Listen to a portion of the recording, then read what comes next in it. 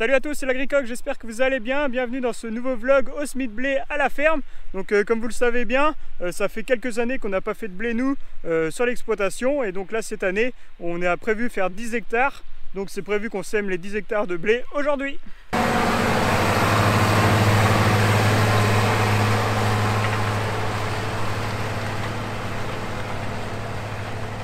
Donc pour préparer la terre au semis de blé, donc on a passé le déchômeur. Donc vous avez vu le déchômeur avec les grosses dents devant, les disques derrière, plus le rouleau qui permet de vraiment bien appuyer la terre au sol. Donc vous pouvez voir là le résultat que ça fait. Donc depuis les ensilages, il y a un peu de saloperie qui est revenue quand même, hein. Mais voilà, le fait de les déchaumer, et ben ça va les tuer, on espère en tout cas. Et donc voilà le travail que ça fait plutôt du bon boulot. Là la terre elle a plutôt bien ressuyé par rapport à une autre parcelle qui est encore un peu humide pour semer. On verra bien en fin de journée si c'est possible d'y aller ou pas. En tout cas si c'est possible, eh ben, on ira parce que tout ce qui est fait aujourd'hui sera plus à faire demain.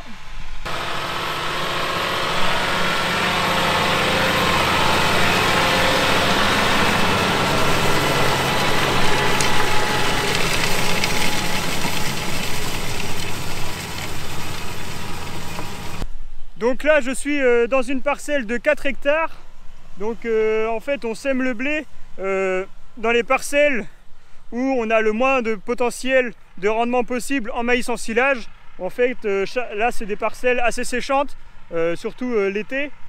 Voilà, on a peu de profondeur de sol, on est très vite au caillou et donc le maïs quand on le sème ici il manque très vite d'eau en général, sauf cette année.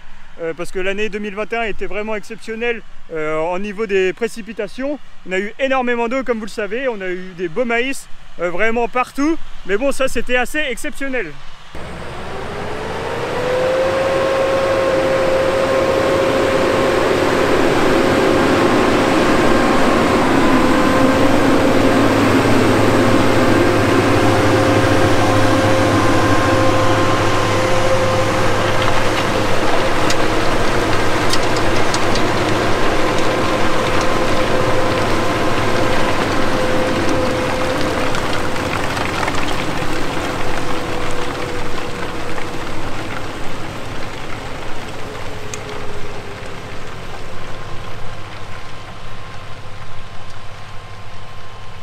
Et concernant la variété, donc ici c'est une variété Absalon qui est semée, donc ça va être cette variété là qui va être semée partout sur la ferme. Donc c'est une variété que vous connaissez sûrement, voilà, c'est une variété de blé tendre. Après moi j'y connais pas non plus énormément de choses sur les différentes variétés, je suis pas un grand spécialiste non plus en termes de culture et notamment en céréales. Voilà, moi je suis plus spécialisé on va dire dans la production laitière et dans les vaches, dans les animaux quoi. Mais voilà, je vais essayer de vous donner plein d'informations quand même.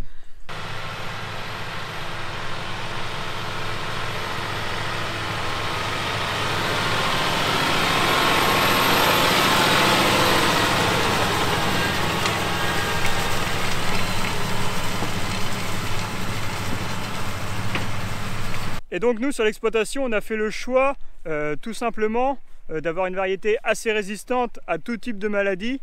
On va pas non plus voilà, on va pas être là à la recherche vraiment de haut potentiel de rendement.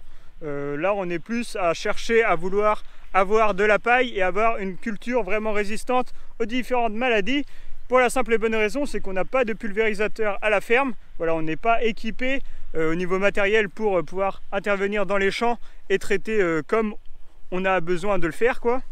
Et donc nous on fera appel forcément à l'entreprise pour venir traiter nos céréales. Comme vous avez pu voir au printemps on avait fait traiter nos cultures de maïs pareil. Et donc là vraiment l'objectif c'est clair et net, c'est d'avoir le moins de passages possible au niveau du pulvérisateur, parce que ça a un coût aussi hein, tout simplement. Donc voilà, c'est pour vraiment aussi limiter les frais.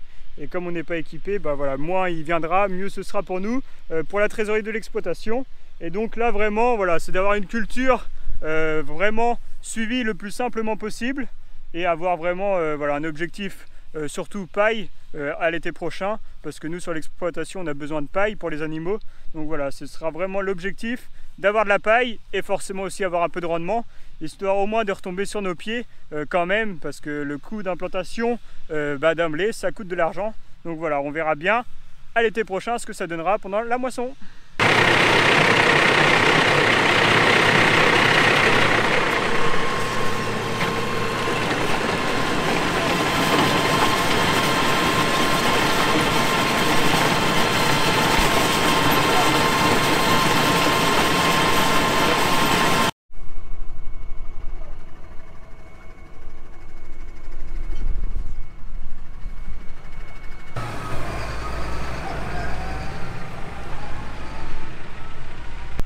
Bon bah allez, fin de la première parcelle, donc parcelle de 4 hectares, finie d'être semée. Et donc là on sème à 150 kg au niveau de la densité. Et donc vous avez vu le tracteur, l'ensemble pour semer. Bon, il est un petit peu plus petit que celui que je vous ai montré il y a 15 jours en vidéo, hein, par rapport au combiné de semis 6 mètres que j'avais filmé et que je vous avais partagé sur ma chaîne. Donc là on retrouve un classe 610, donc il fait 110 ou 120 chevaux je crois. Et le combiné de semis sulky en 3 mètres. Donc ça c'est l'ensemble de l'Akuma, le tracteur plus la herse et le semoir. Donc voilà, le tracteur était disponible. Voilà, le semoir on aurait pu le mettre sur le Massey, le 6713. Mais comme celui de l'Akuma était dispo, et ben on en a profité, on l'a pris. Et comme ça le 6713 lui reste à la ferme. Et il apporte la semence par exemple. Mais c'est surtout qu'il va être dispo ce soir pour charger la décileuse. Et il y aura besoin de dételer, atteler le combiné de semis. Donc voilà, ça se goupille bien, ça se fait bien. Vous pouvez voir, voilà, la terre elle est vraiment, elle est vraiment bien. Voilà, on voit encore quelques cannes de maïs. Bon, il y a juste dans les fourrières où c'est encore un peu humide, hein. Voilà, la fourrière du bas, on voit que ça glisse un peu sur la terre. Mais bon, ça va le faire, ça va être fini de semer ce soir.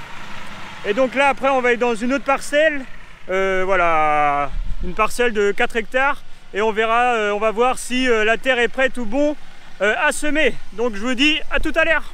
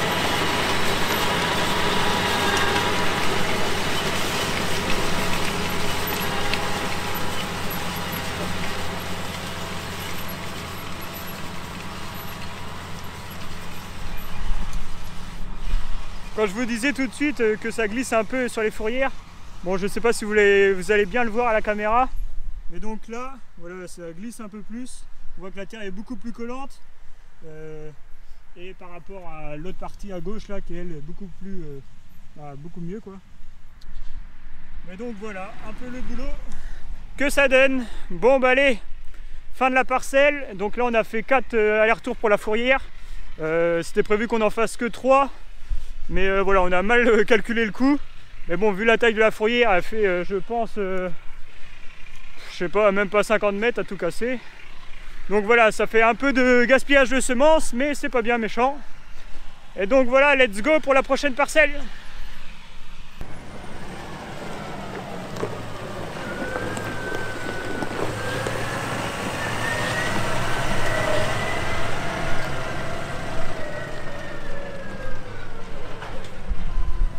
Bon, on vient de rentrer à la ferme, donc là on va refaire le plein de semences parce que le semoir est vide. Donc on avait juste mis ce qu'il fallait pour faire les 4 hectares. Donc c'est tombé vraiment pile poil comme il faut. Et donc là on va recharger le semoir de semences.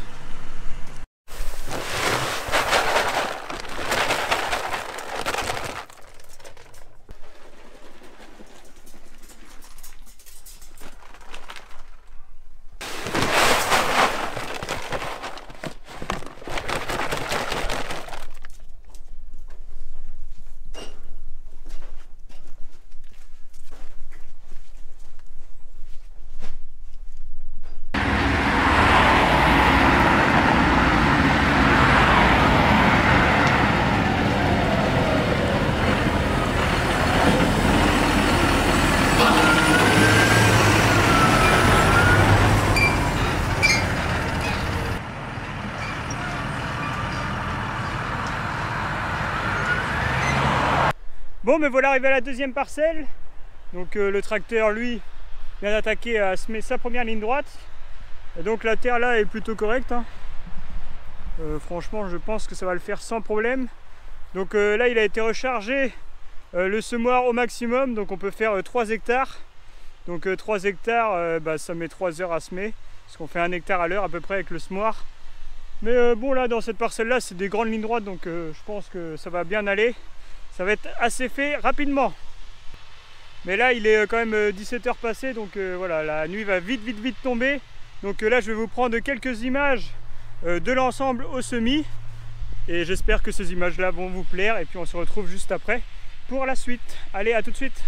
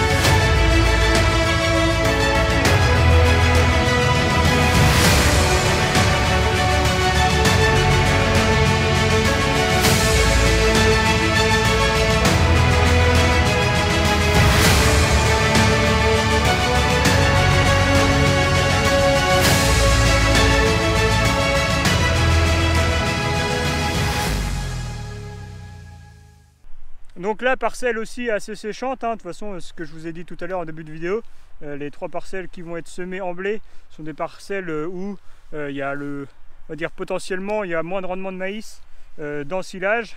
Et donc là, ça va être semé en blé. Et donc là, c'est la fameuse parcelle qui était en maïs sous plastique. Et donc vous pouvez voir, bon, il reste un petit peu de maïs plastique par endroit. Mais franchement, voilà, pour tous ceux qui disent qu'on est des pollueurs et que le maïs plastique reste et qu'il ne se dégrade pas, machin, là franchement, bon, on en voit un petit peu, voilà, c'est normal, hein. Surtout parce que quand le vent est passé dans le maïs plastique, il y a certains endroits, le plastique s'est refermé sur lui-même. Et donc là, forcément, le soleil peut moins bien dégrader rapidement le plastique. Mais bon, voilà, franchement, c'est pas déconnant. Et en plus, c'est une parcelle qu'on n'a pas labourée, hein. On a juste passé le déchômeur, donc on n'a pas retourné la terre, on n'a pas enfoui le plastique sous terre. Là, vous pouvez me croire, on a juste déchômé. Et donc voilà un peu la parcelle. Bon, il reste encore des cannes de maïs, mais franchement, elle est très propre. Et donc voilà, plus qu'à semer le blé dedans. Allez, let's go!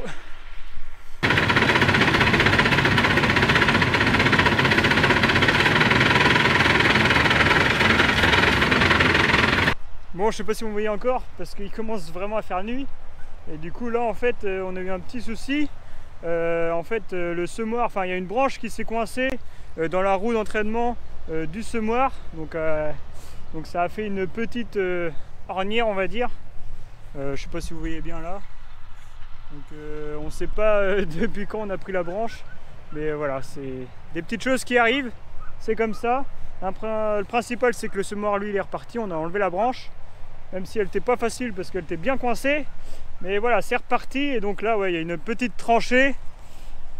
On verra à la levée ce que ça donnera. Mais voilà, je pense que quand même le semoir a semé toute la ligne droite bien comme il faut. On espère. Mais là en plus, comme il commence à faire nuit, on voit de moins en moins bien ce qu'on fait. Forcément. Et donc là, c'est marrant parce que les 50 premiers mètres là, ce que me disait mon oncle, c'est que c'est pleine terre.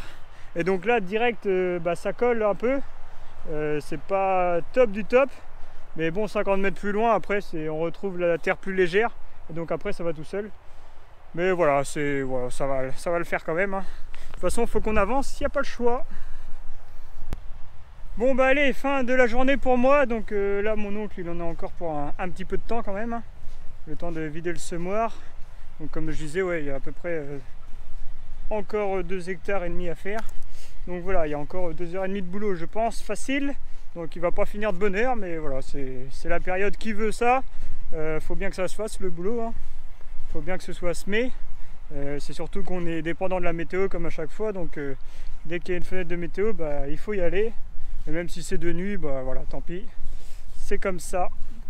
Mais bon, là encore, faut voir parce que la parcelle est comme assez longue, puis elle est plate, elle est rectangle, donc voilà, à semer de nuit, cette parcelle-là, ça pose pas trop de problèmes. On voit assez bien ce qu'on fait. Bon, bah, je vous dis à demain matin pour la suite des semis. Demain matin, il y aura encore 3 hectares de blé à semer. Et il y aura aussi et surtout le restant des raigras à semer. Donc il y a à peu près 10 hectares à faire en raigras. Donc voilà, il y a encore de quoi s'occuper demain. J'espère qu'on aura le temps de finir tout demain. On verra bien parce qu'après le semoir, je crois qu'il est repris par un autre éleveur. Donc voilà, il faut vraiment qu'on avance pour finir dans les temps. Et surtout avec le matériel parce qu'on n'a pas de semoir nous sur la ferme. C'est le semoir de l'Akuma. Bon bah allez, à demain!